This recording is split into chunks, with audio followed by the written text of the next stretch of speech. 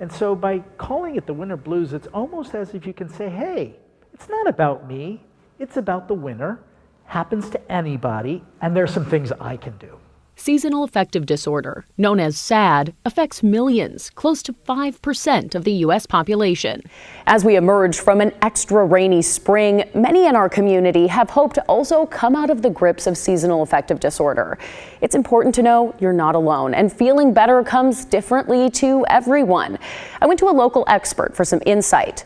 Dr. James Polo is the Executive Medical Director for Regents Blue Cross Blue Shield of Oregon. He's also a practicing psychiatrist with more than 30 years of experience. Well, seasonal affective disorder is really very much the same as major depression. People go through a period where they're feeling sad and blue.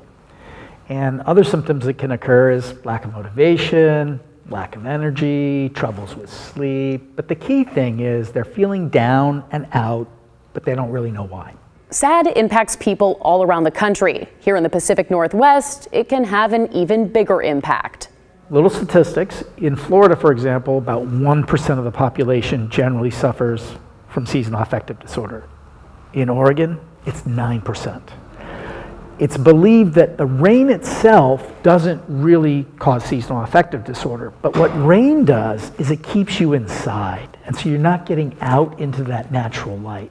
Okay, so you might be thinking, but summer is nearly here, so why should we be thinking about this now?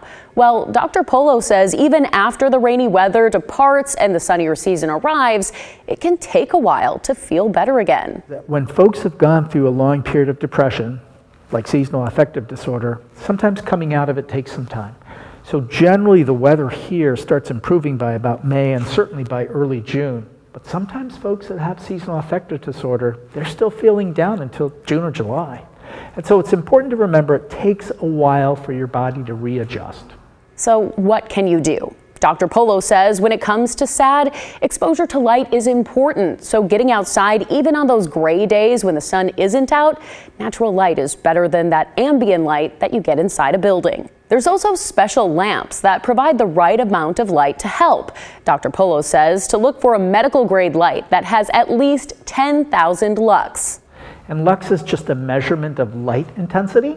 And so you're just looking for any lamp that has over 10,000 lux. And what you want to do is you want to have that for about 30 minutes a day. And it's really good to start early in the morning. And when it comes to anxiety and depression, Dr. Polo wants us to keep a few things in mind. First, remember to focus on things that you can control.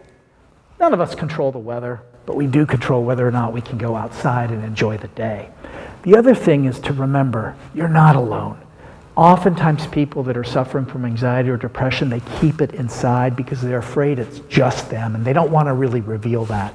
So another really helpful thing, talk to folks. More often than not, you'll find out they know exactly what you're feeling because they have felt it too. And that all by itself can be reassuring.